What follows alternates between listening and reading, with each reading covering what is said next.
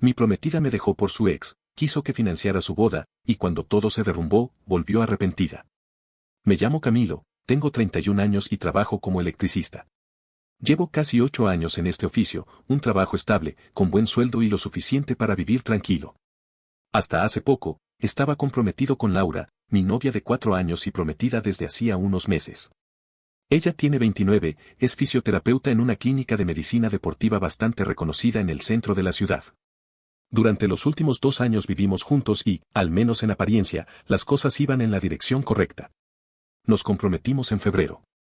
Ella soñaba con una boda en otoño del año siguiente, en una iglesia grande, con recepción en un club campestre. A mí me parecía bien. No soy un hombre complicado en esas cosas, y ver la ilusión en sus ojos me hacía sentir que valía la pena todo el esfuerzo. Mis padres la querían como a una hija, y su familia parecía aceptarme sin problemas. Nada hacía presagiar lo que estaba por venir. Recuerdo perfectamente el día en que todo se derrumbó. Estaba trabajando en una obra, instalando cableado en un edificio de oficinas. Fue una jornada larga, de esas en las que terminas cubierto de polvo y sudor tras pasar horas arrastrándote entre techos angostos con cables viejos y peligrosos. Regresé a casa cerca de las 6 de la tarde, reventado, con la única idea de darme una ducha caliente y cenar algo sencillo. Enseguida noté algo raro. El carro de Laura estaba en la entrada, y eso me sorprendió porque los martes solía quedarse hasta tarde en reuniones administrativas, o al menos eso era lo que siempre me decía. Entré y la encontré en el sofá, todavía con su ropa de trabajo, pero su expresión me descolocó. Estaba nerviosa, como si llevara horas practicando lo que tenía que decirme y aún así no encontrara la forma. Esa mirada que precede a una noticia que sabes que va a cambiarlo todo. Solté la bolsa de herramientas en la entrada y apenas abrí la boca, ella me cortó. Camilo, ¿podemos hablar? Necesito contarte algo. Ese tono me heló la sangre. No era un simple tenemos que conversar, era esa voz grave que anuncia problemas. Me senté frente a ella y le dije que hablara. Respiró profundo, como si se estuviera lanzando al vacío, y lo soltó sin rodeos. Andrés me propuso matrimonio hoy. Al principio creí que era un chiste de mal gusto, algo que había escuchado en el trabajo o una anécdota que le habían contado. Pero su cara no tenía ni una pizca de humor. Me miraba seria, esperando mi reacción. Mi mente empezó a conectar las piezas, Andrés, su ex del colegio. Lo había escuchado mencionar alguna vez, siempre con ese aire lejano de parte del pasado. Nunca pensé que volviera a tener relevancia en su vida. Le pregunté desde cuándo se veía con él. Su respuesta me partió en dos, hace un tiempo. Y ese tiempo significaba desde marzo, apenas 2 meses después de que nos comprometiéramos. No fue un encuentro accidental ni un simple mensaje. Eran citas planificadas, momentos a escondidas, mientras yo hacía horas extra para pagar nuestro anillo y buscábamos juntos lugares para la boda. La escuché decir que había aceptado la propuesta de Andrés. Y de pronto todo encajó. Las noches que se alargaban no eran por trabajo, eran encuentros con él. Las llamadas que decía eran de pacientes, en realidad eran para Andrés. La ropa nueva y el maquillaje para verse más profesional eran para otro hombre. La distancia emocional que me dolía no era por estrés, era porque ya no estaba conmigo en ningún sentido. Le pedí que se quitara el anillo. Camilo, déjame explicarte. Quítatelo, Laura. Con lentitud, se lo sacó del dedo y lo dejó sobre la mesa. 3 meses de mi sueldo reducidos a un gesto frío, como si no significaran nada. Sentí un vacío enorme en el pecho. Le dije que tenía 1 hora para recoger sus cosas y marcharse. Ella me suplicó que habláramos, pero no había nada que discutir, ya había tomado su decisión. Salí a la camioneta con las manos temblorosas y llamé a mi hermana Juliana. Quiso ir de inmediato, pero le pedí que no lo hiciera, que lo único que necesitaba era que Laura desapareciera de mi espacio, de mi vida y de mi futuro. 45 minutos después, salió con 2 maletas y me dijo que quizá con el tiempo podríamos ser amigos. Amigos, pensé, después de arruinar 4 años de vida juntos por un capricho del pasado. La vi subir a su carro y marcharse. Cuando entré de nuevo, la casa se sentía vacía, como si le hubieran robado la vida. El anillo seguía en la mesa. Lo guardé en su caja y lo metí en el fondo de la cómoda, sin saber qué más hacer con él. Los días siguientes fueron un tormento. Intenté seguir trabajando, pero no lograba concentrarme. Casi me electrocutó un par de veces en la obra el martes, porque mi mente estaba en cualquier lado menos en los cables. Mi encargado, al verme tropezar con la misma escalera 3 veces seguidas, me mandó a casa. Estás ido, Camilo, mejor descansa, me dijo con preocupación. Y sí, estaba ido. Volver al apartamento era como caminar entre fantasmas. La taza favorita de Laura seguía en la alacena, la manta que usaba todas las noches aún estaba doblada sobre el sofá. Cada rincón me gritaba su ausencia y, a la vez, su traición. Era como si el lugar entero se burlara de mí, recordándome lo ingenuo que había sido. Por si fuera poco, a las 24 horas de su partida, comenzaron a llegar mensajes de su familia. El primero fue de su madre: Camilo, sé que esto es difícil, pero Laura encontró a su verdadero amor. Andrés siempre fue el indicado para ella. Ojalá puedas entenderlo y alegrarte por su felicidad. Alegrarme, esa palabra me hizo hervir la sangre. Luego llegó un audio del papá de Laura, con ese tono paternalista insoportable: hijo, las cosas pasan por algo. Laura y Andrés tienen un vínculo profundo desde jóvenes. Tú eres buen muchacho, pero el amor verdadero siempre encuentra su camino. Escuchar eso fue como si borraran de un plumazo mis 4 años con ella. La hermana de Laura tampoco tardó en escribir: nunca la vi tan feliz como con Andrés. Son el uno para el otro. Como si yo hubiera sido apenas un intermedio, un estorbo que impedía que el destino siguiera su curso. Nadie me pidió disculpas, nadie reconoció lo cruel que había sido lo que ella hizo. Para todos, yo era invisible, reemplazable. Los bloqueé a todos. Redes, teléfonos, correos. No quería que su falsa compasión y sus discursos sobre alma gemela contaminaran mi cabeza. Mis padres estaban devastados. Mi mamá lloró cuando le conté. Ya estaba pensando en qué vestido usaría para la boda.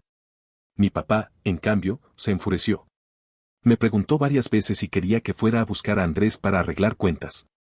Tuve que calmarlo, no quería verlo con casi 60 años metido en problemas legales por defenderme. Aún así, agradecí su impulso. La única que supo cómo sostenerme fue Juliana, mi hermana. Se convirtió en un salvavidas. Aparecía cada pocos días con comida casera o algo para llevar, asegurándose de que al menos comiera bien. No me sermoneaba ni me soltaba frases de aliento vacías. Simplemente se sentaba conmigo, me escuchaba, asentía y me recordaba que Laura era una basura. Eso, aunque sonara duro, me daba más alivio que cualquier intento de endulzar la situación. Juliana también me confesó que desde hacía meses notaba cosas raras en Laura, como se quedaba en blanco cada vez que alguien mencionaba matrimonio, o su repentina frialdad en reuniones familiares. Pero no me lo dijo antes porque no quería sembrar dudas sin pruebas.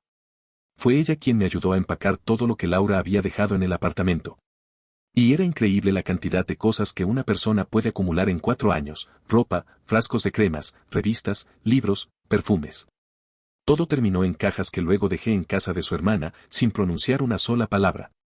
El trabajo poco a poco volvió a ser una especie de refugio. Mis compañeros notaron que algo me había pasado, pero ninguno me presionó. En este oficio no se habla mucho de sentimientos, y eso me ayudaba.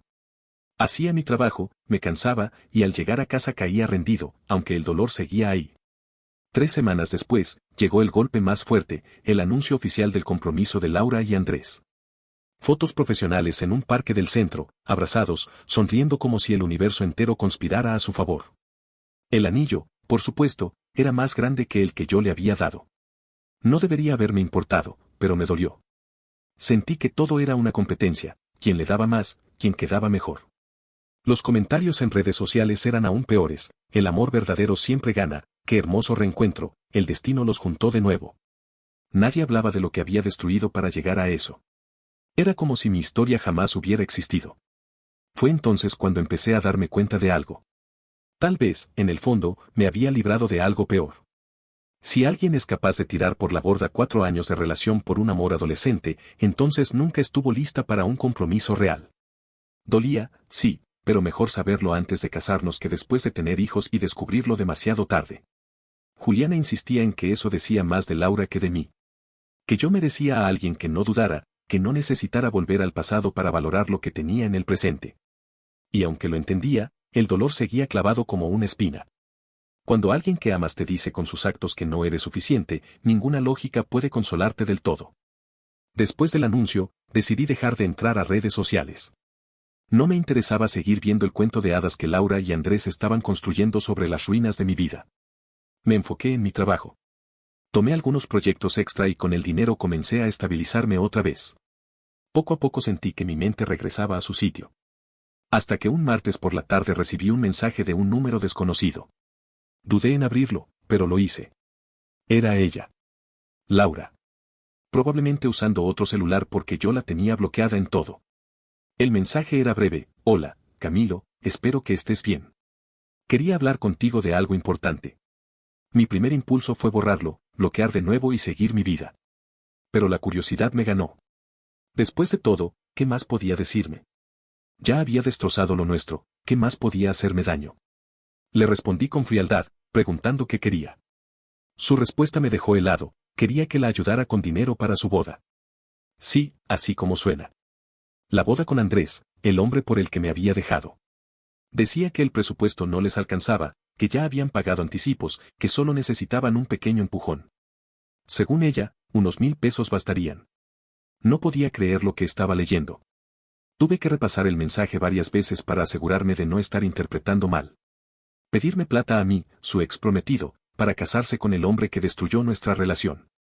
Y encima, aclaraba que Andrés no sabía que me pedía eso, como si ocultarlo lo hiciera menos absurdo. Quise reírme, pero lo que sentí fue indignación. Era evidente que me veía como un cajero automático al que acudir cuando las cosas no salían como esperaba. Le pregunté, con toda la calma que pude, por qué pensaba que yo estaría dispuesto a financiar su boda. Su respuesta fue todavía más ridícula: dijo que habíamos compartido 4 años, que yo era una buena persona, que siempre quise que los demás fueran felices, y que esperaba que ahora también quisiera verla feliz a ella. Que eso era lo que hacían las personas nobles. Era una manipulación descarada. Me estaba haciendo sentir que, si no la ayudaba, era un resentido, un egoísta incapaz de superar la ruptura. Y para rematar, mencionó que sabía que yo había ganado dinero extra últimamente en el trabajo. Eso me preocupó más que su descaro. ¿Cómo sabía eso? ¿Me estaba vigilando en redes? Preguntaba a mis amigos. Le respondí con firmeza, que debía estar fuera de sí si pensaba que yo iba a poner un centavo para su boda. Que le pidiera dinero a su familia, a la misma que tanto celebró que me dejara. O mejor aún, que Andrés, su gran amor de juventud, encontrara la manera de pagar por el matrimonio que tanto anhelaba. Laura reaccionó como era de esperar: me acusó de ser rencoroso, inmaduro, de no haber superado la ruptura. Según ella, ayudarla sería la prueba de que ya lo había dejado atrás. Más manipulación disfrazada de madurez. No caí en el juego. La bloqueé de inmediato. Durante los días siguientes, esa conversación me retumbaba en la cabeza. ¿Qué clase de persona, después de destrozar una relación, cree que su ex va a estar dispuesto a costear su nueva vida? Era como si no tuviera noción de lo correcto, como si nunca hubiera aprendido límites. Y entonces llegó otra revelación, esta vez de Juliana. Mi hermana me contó lo que había escuchado de amigos en común: el gran romance de Laura y Andrés había durado apenas 6 meses. Resulta que él le era infiel desde el inicio, no con una, sino con varias mujeres. Una de ellas decidió exponerlo, enviándole pruebas a Laura, fotos, chats, incluso videos. Cuando Laura lo enfrentó, Andrés ni siquiera intentó negarlo. Le dijo que nunca había prometido fidelidad, que no estaba listo para compromisos, que ella debía haberlo sabido. El golpe final vino cuando discutieron en el apartamento: él perdió el control, la sujetó con fuerza y hasta la empujó contra la pared, dejándole un ojo morado. Los vecinos llamaron a la policía. Juliana me confesó que Laura llevaba semanas ocultando moretones, inventando excusas de caídas y accidentes. Era la típica dinámica de alguien atrapado en una relación abusiva. Me quedé en silencio. Parte de mí sintió rabia, otra parte lástima. Nadie merece ser maltratado. Pero no pude evitar pensar en lo irónico que resultaba: Laura dejó una relación estable por una fantasía de juventud, y lo que encontró fue un infierno de engaños y violencia. No podía alegrarme de su sufrimiento, pero sí sentí una especie de reivindicación. Ella eligió emoción en lugar de estabilidad, ilusión en lugar de confianza. Y ahora estaba pagando el precio. Después de enterarme de todo lo que había pasado con Andrés, mi visión de la situación cambió. No porque quisiera que Laura regresara a mi vida, sino porque me quedó claro que sus decisiones la habían llevado justo a donde estaba. Ella eligió el drama sobre la estabilidad y ahora debía cargar con las consecuencias. Lo curioso es que mientras su mundo se desmoronaba, el mío empezaba a ordenarse. Con el tiempo me animé a salir con alguien nuevo. Se llama Valeria. La conocí a través de unos amigos en común. Desde el inicio, todo fue distinto, sin presiones, sin juegos, sin esas dudas que me persiguieron durante años con Laura. Valeria sabe lo que me pasó. No lo usamos como tema constante ni como sombra en la relación. Ella lo entiende como parte de mi historia, pero lo que importa es lo que estamos construyendo ahora. Vamos despacio, con calma, pero con la certeza de que ambos queremos algo real. Y esa sensación de tranquilidad era justo lo que necesitaba. Mientras mi vida avanzaba, Laura intentaba regresar. Todo comenzó con llamadas de números desconocidos. Yo ya no respondía a esos números, así que iban directo al buzón. El primer mensaje de voz que escuché fue desgarrador, su voz rota, llorando, diciendo que había cometido un error y necesitaba hablar conmigo. No terminé de escucharlo. Lo borré de inmediato. Ya no era mi problema. Pero no se detuvo. Empezaron a llegar mensajes cada vez más largos. Primero disculpas, luego confesiones de lo mal que la pasó con Andrés, después súplicas para que nos diéramos otra oportunidad. Según ella, ahora entendía que lo nuestro había sido auténtico, que lo había destruido por una ilusión absurda y que no quería vivir con ese arrepentimiento. Llegó a decir que yo había sido su mayor error, que nunca debió dejarme. Me pedía que la rescatara, que volviéramos a intentar. Cada nuevo mensaje era un intento de manipulación, un día se mostraba como víctima, al siguiente como alguien que supuestamente había cambiado y aprendido. Yo no respondí. No porque no doliera escuchar esas palabras, sino porque ya no creía en ellas. Laura había tenido su oportunidad, 4 años y un anillo de compromiso. Y eligió otra cosa. El arrepentimiento no borra las decisiones. Con el tiempo, su tono cambió. Pasó de la súplica a la rabia. Me acusaba de ser cruel, de no contestar, de guardar rencor. Me llamaba egoísta, decía que demostraba que nunca la había querido de verdad. Me pareció hasta cómico, la misma persona que había destrozado mi vida ahora me reprochaba por no acudir a salvarla. Las llamadas llegaron a cualquier hora, madrugada, mañanas, tardes. Mi teléfono no dejaba de sonar. Valeria lo notó enseguida. Le conté lo que pasaba y me sugirió cambiar de número. Al principio me negué, me parecía injusto tener que modificar mi vida por la incapacidad de Laura de aceptar un no. Pero al final comprendí que la tranquilidad valía más que cualquier orgullo. Sin embargo, antes de que pudiera hacerlo, todo se detuvo de repente.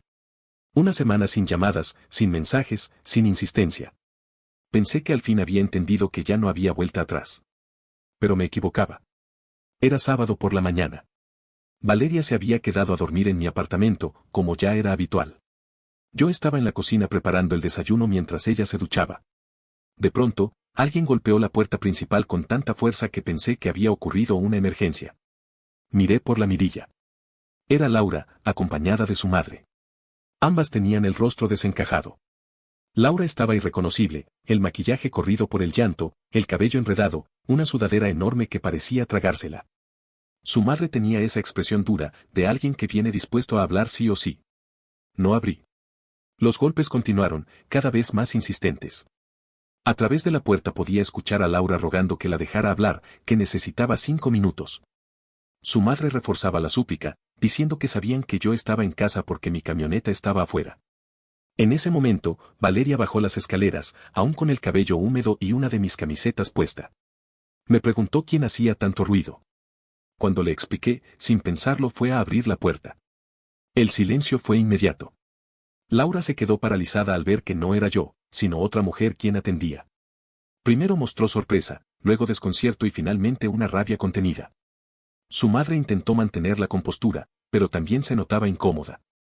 Valeria, tranquila como siempre, manejó la situación con serenidad. Les dijo con cortesía que yo no estaba disponible. Fue directa, firme y sin necesidad de ponerse a la defensiva. Yo me acerqué y puse una mano en su hombro.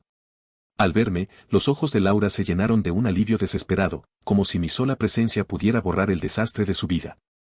Empezó a hablar atropelladamente, que había cometido un error, que Andrés la había engañado y maltratado, que se había dado cuenta de lo que realmente significaba nuestra relación.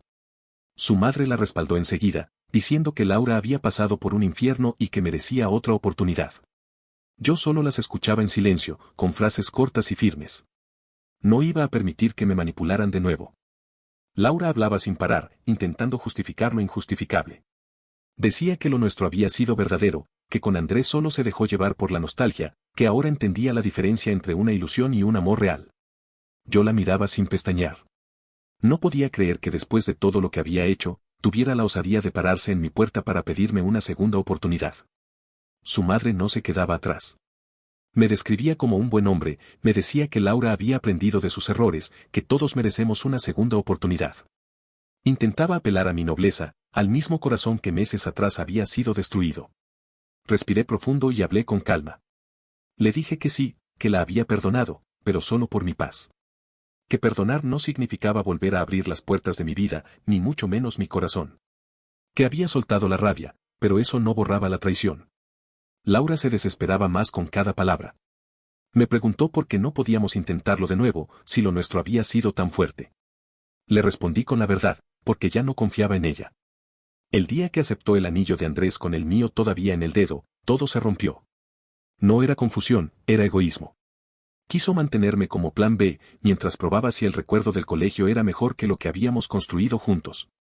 Y cuando todo se vino abajo, regresó como si yo estuviera obligado a recibirla. Eso no era amor, era conveniencia. Su llanto se volvió más intenso. Su madre insistía en que debía considerar la posibilidad de darle otra oportunidad, que el sufrimiento la había cambiado. Pero yo ya lo tenía claro, Laura no había comprendido lo que perdió, solo descubrió que su plan de escape era peor de lo que imaginaba y ahora buscaba refugio en el puerto seguro que una vez fui. Miré a Valeria, que permanecía serena a mi lado. No dijo nada, pero no hacía falta. Su sola presencia era suficiente para recordarme lo diferente que podía ser una relación sana. La miré de nuevo a Laura y le dije, con voz firme. Lo nuestro terminó el día que elegiste a otro. No hay vuelta atrás. La expresión de ambas se quebró. Laura cayó en un llanto aún más fuerte, como si mis palabras fueran una sentencia definitiva. Su madre me miró con una mezcla de enojo y decepción, como si yo fuera el culpable de que su hija se quedara sin opciones. Pero no cedí. Les pedí que se marcharan. No había nada más que decir. Laura intentó hablar una vez más, pero cerré la puerta. Valeria puso el seguro sin decir una sola palabra. Cuando me giré, me preguntó con calma si estaba bien. Y lo estaba. Sentía una paz que no había sentido en meses. Era como si un ciclo al fin se hubiera cerrado. No era orgullo ni venganza. Era claridad. Había comprendido que el amor no se ruega, y mucho menos se recoge de las cenizas cuando fue reemplazado sin pensarlo. Laura creyó que podía volver a mi vida cuando quisiera, pero ya no era el mismo hombre que ella había dejado atrás. Valeria me abrazó, y sin necesidad de palabras, supe que estaba en el lugar correcto. Lo que tenía ahora no era un intento desesperado de reparar algo roto, sino la construcción de algo nuevo, real, limpio. Vi por la ventana mientras el carro de Laura y su madre se alejaba. No sentí rencor, ni lástima, ni enojo.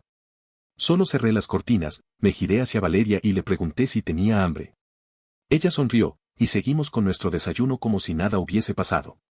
Porque entendí, al fin, que no hace falta mirar atrás cuando ya has tomado la decisión correcta.